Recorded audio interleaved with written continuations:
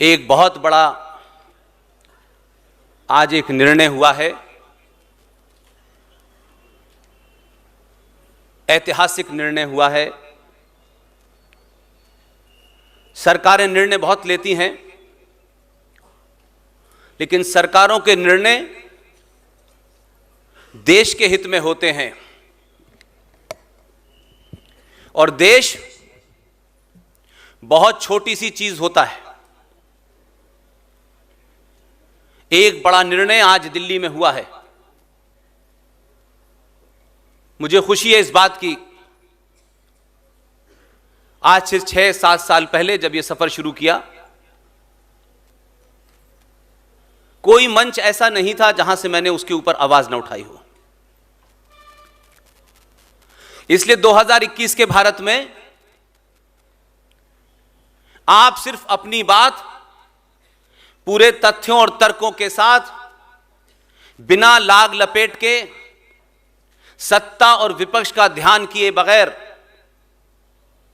जब जोर से कहते हैं तो सत्ताओं में बैठे हुए लोगों के कान तक वह आवाज जाती है। इसलिए सबको राज्यसभा और लोकसभा जाना है, सबको एमएलए ही बनना है तभी वो कुछ करेंगे, मैं ये नहीं मानता।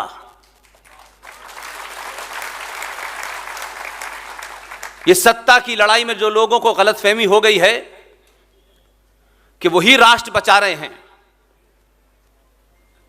मुझे लगता है अपने किसी निजी स्वार्थ को बचाने के लिए सत्ता का सहारा लेना चाहते हैं कुछ लोग।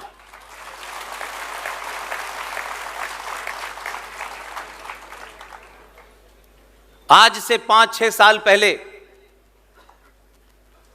इस देश को सुबह से लेकर शाम तक धारा 370 के बारे में खूब घुट्टी पिलाई गई। ये धारा 370 क्या है? एक लंबे समय से हम सुन रहे हैं, करीब करीब पिछले 40-50 साल से, लेकिन जो असली धारा थी उसके बारे में किसी ने नहीं बताया। इसलिए मैं बार बार सत्ताओं से उम्मीद कम करता हूं। मेरा विश्वास राष्ट्र की शक्ति में है और शायद दुनिया में हम एकमात्र ऐसे देश हैं कि जो समाज अपने अंदर की उस शक्ति को नहीं पहचानता, उसे सत्ताएं 70 साल से मूर्ख बनाती हैं।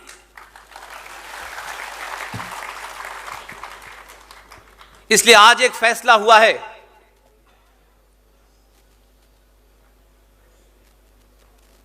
छह साल पहले राजकोट की एक सभा में इस बात को पूरे तथ्यों के साथ रखा। आप अपने मुद्दे उठाते वक्त मैं, मेरी जाति, मेरा इलाका जिस दिन इससे ऊपर उठ जाएंगे, आपको बालाघाट में भी करोड़ों लोग सुनने आएंगे।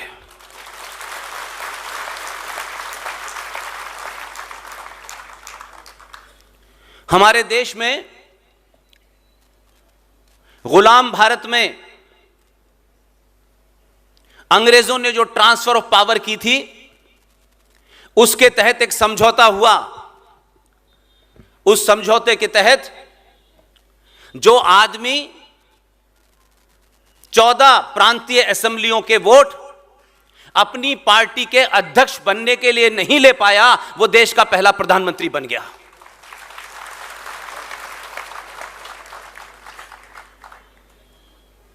अगर गुलाम भारत में सही मायनों में कोई प्रधानमंत्री बना, 21 अक्टूबर 1943 को पूरी दुनिया में घूमने के बाद, 21 अक्टूबर 1943 को जब उसने भारत की आजादी की घोषणा की तो अपनी करेंसी भी चलाई और टिकट भी चलाया,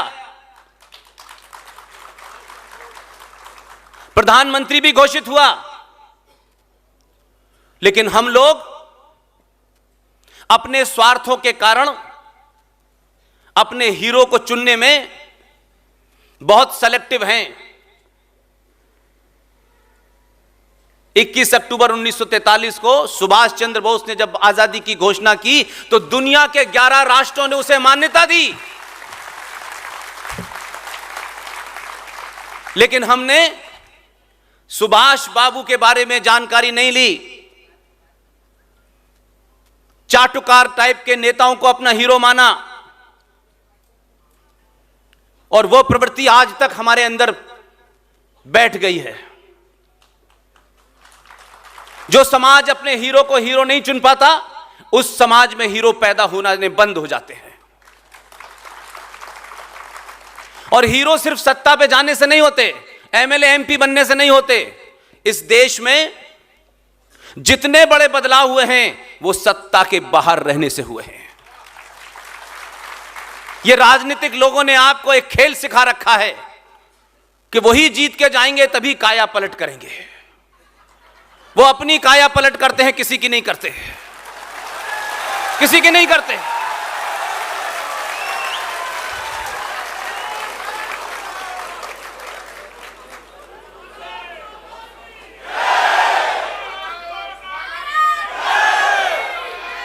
इसलिए दो घटनाओं से आपको लगेगा कि आप मामूली आदमी नहीं हैं, क्योंकि हमारे यहां यह बताया गया कि ये आम आदमी हैं और ऊपर बैठने वाले खास हैं। 6 साल की मुहिम में सत्ताओं से दूर रहने से आप अपनी बात को पूरी ताकत के साथ कहते हैं, क्योंकि आपको किसी से कुछ लेना नहीं होता। यही वजह है कि मेरे मिजाज से आयोजकों को अंदाजा है।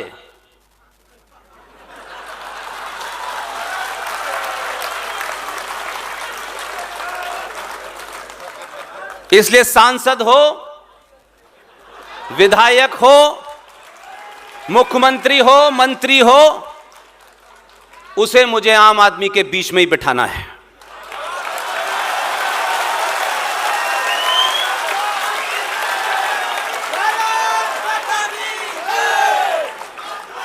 इसलिए राष्ट्र की सामूहिक शक्ति,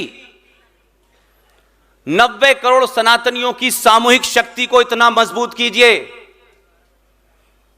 कि सत्ता में जो भी बैठे उसकी विचारधारा क्या है, वो हमारा है, तुम्हारा है, हमको इससे मतलब नहीं है।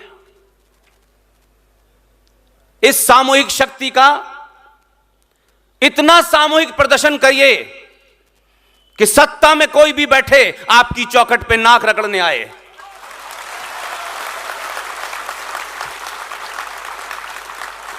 वो ये ना समझे कि वोट ले लिया है, अब ना संसद से आना है, ना विधानसभा से आना है। यह शक्ति का प्रदर्शन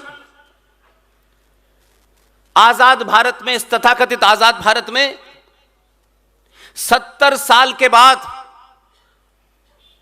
इन पूरे 70 सालों में आप Yadav, Thakur, Brahmin, Bania, Kayastha, upper caste, lower caste, Dalit, Mahadalit, सब कुछ हुए, लेकिन आपकी चेतना ने आपको झकझोरा। अनकॉन्शियस माइंड से आपने यह पहली बार फैसला लिया। 900 साल के बाद आपकी चेतना जागी और आपने कहा कि एक बार हम सनातनी हिंदू बन के भी देखते हैं।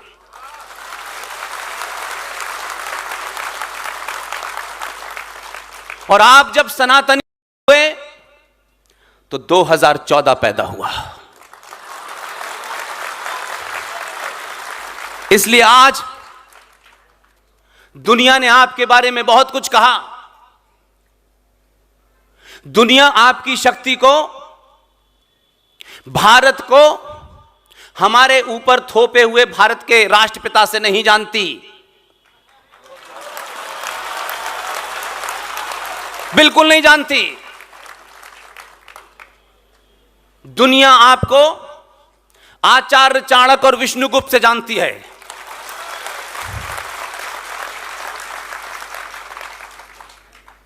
जो समाज अपने इतिहास को भूल जाता है, अपने निजी स्वार्थों में गुल रहता है, उसको बौने नेता मिलते हैं।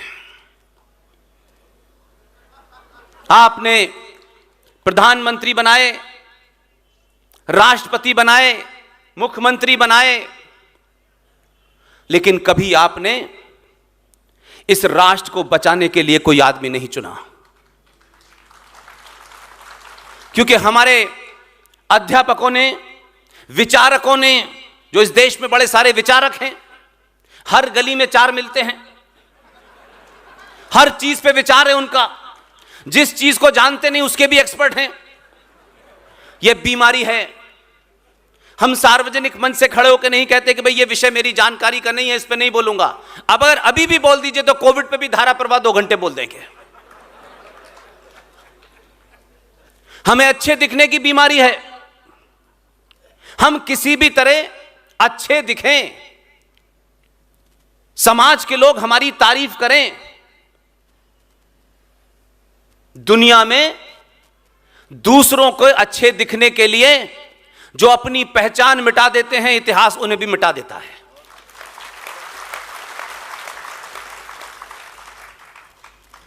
आज का यह प्रोग्राम भारत विचार मंच ने रखा है। इसके तमाम पदाधिकारी जो मंच पे बैठे हैं, बहुत सारे लोग नीचे बैठे हैं। पिछले 24 घंटे से मुझे कोई तकलीफ ना हो उसका पूरा ख्याल रखा है। इसके लिए आप सबका धन्यवाद। खबर इतनी सी है कि 1946 में एक साहब प्रधानमंत्री बने थे। हमने ये भी पाप उनका एक्सेप्ट कर लिया।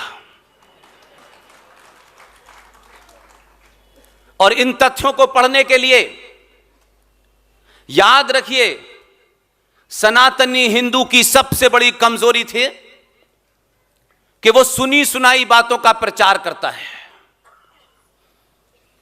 न उस तथ्य को क्रॉस चेक करता है, न उसको ढूंढता है। बस किसी ने कह दिया है उसी को आगे बढ़ाता है। और इसी कारण आप पिछले कम से कम 100 साल से झूठ बोल रहे हैं। अनकॉन्शियस माइंड में झूठ इतना चला गया है कि आपको झूठ सुनना ही अच्छा लगता है। इसलिए जिन बातों पे कोई बहुत आपकी तारीफ करे न करे, हमने उन मुद्दों के बारे में भी खूब झूठ बोला और वो झूठ धीरे धीरे हमारा स्वार्थ बन गया। अब वो झूठ हमारे सर चढ़ के बोलता है तो हमारे बच्चे सुनते नहीं हैं। आज का युवा,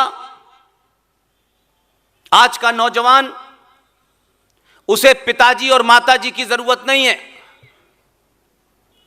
उसे जब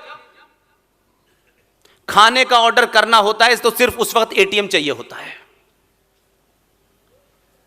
क्योंकि संचार क्रांति ने दुनिया की हर उस खबर को और फैक्ट को उसके हाथ में लाके दे दिया है। लिहाजा उसको आपसे कोई सवाल पूछने की आवश्यकता ही नहीं है। इसलिए आप परम ज्ञानी हैं, बहुत आपको ज्ञान है।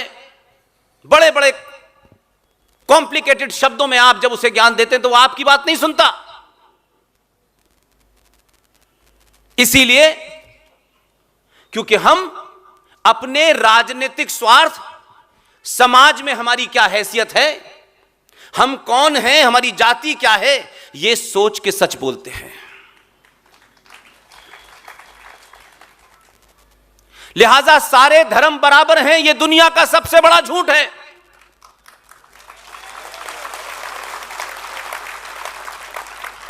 हमारे मठों में, आश्रमों में लाखों हमारे साधु संत होंगे।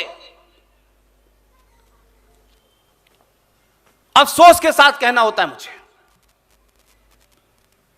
आज हमारे शंकराचार्य हैं, उनमें भी विवाद कोर्ट में चल रहा है। पहली बार देख रहा हूं कि राष्ट्र राज्य के पास निर्णय लेने के लिए जा रहा है। यह सामाजिक कमजोरी है हमारी कि राष्ट्र की व्यवस्था के लिए भी आपको राज्य की व्यवस्था की मदद लेनी पड़ रही है। ये कोर्ट कचहरी राज्य चलाने के लिए बनाए हैं, राष्ट्र चलाने के लिए नहीं बनाए गए हैं। इसलिए छोटी छोटी चीज में हमने ऐसे हालात पैदा कर दिए हैं। यह किसी कायर समाज की पहली निशानी है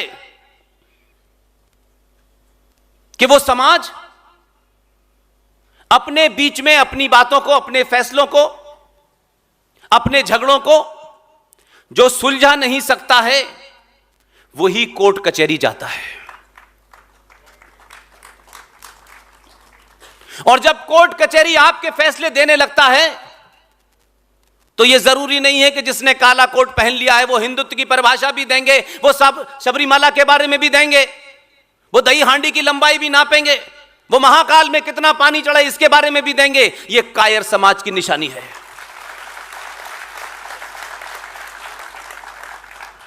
हमने इस भौतिक युद्ध में इतना लंबा रास्ता तय किया है कि आज सनातनी हिंदू के परिवार में बेडरूम के अंदर क्या होता है इसके बारे में भी कोर्ट डायरेक्शन दे रही है। हम कुछ मसले अपने आप नहीं सुलझा सकते, हम दूसरी कौमों से नहीं सीखते। लिहाजा हमारी जो दुर्गति है इसके लिए कोई सरकार जिम्मेदारी नहीं है इसकी, क्योंकि हम खुद यही हैं। इसलिए सही बातों को रखते नहीं हैं, क्योंकि सच बोलने से टिकट नहीं मिलती, और जब मिल जाए तो इसलिए सच नहीं बोलना है कि सच बताना नहीं है, नहीं तो टिकट वापस हो जाएगी। इसलिए राजनीतिक लोग अलग अलग पार्टियों में हैं, अलग अलग जगह हैं, किसकी क्या विचारधारा यह महत्वपूर्ण नहीं है। लेकिन कभी सोचिए कि 90 से 100 करोड़ सनातनी हिंदू समाज की बात 2 मेंबर ऑफ पार्लियामेंट वाला भी नहीं सुनता है और 300 वाला भी नहीं सुनता है।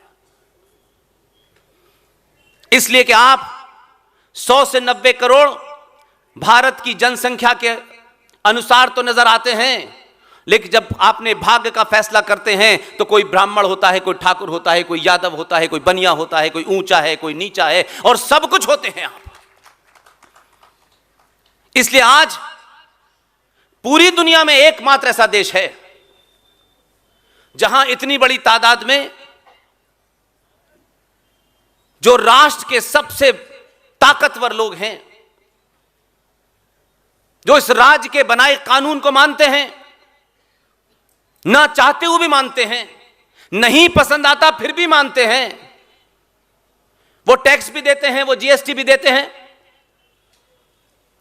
लेकिन आपकी निजी स्वार्थों ने आपको ऐसा कायर बना दिया है कि दुनिया में जहां 90% लोग अपने देश के सारे कानूनों को मानते हुए भी वो ये मानते हैं कि इस देश में जो गिनती में कम है, किसी ने शाहीन बाग पे बैठ के डराया, किसी ने 1984 में सिखों का कत्लेआम करके डराया, किसी ने कश्मीर में 2500 कश्मीरी हिंदू पंडितों को मार के डराया। सरकार उनकी सुनती है, आपकी नहीं सुनती। और आप और आपके लीडर और आपके बीच में समाज सेवा का दावा करने वाले लोग आपके उस पुरुषार्थ को नहीं जगाते, वो भी हिंदुत्व के नाम पे एक फॉर्मेलिटी पैदा करते हैं। ये नहीं बताते कि दुनिया में पहला देश है भारत जहां बहुसंख्यक समाज को लगता है कि उनके समान नागरिक अधिकार इस देश में कम पॉपुलेशन वालों से ज्यादा हैं। और हम कहते हैं कि हमें समान नागरिक अधिकार चाहिए। इसका मतलब इस देश में 2%, 2.5%, 16% वालों के अधिकार आपसे ज्यादा।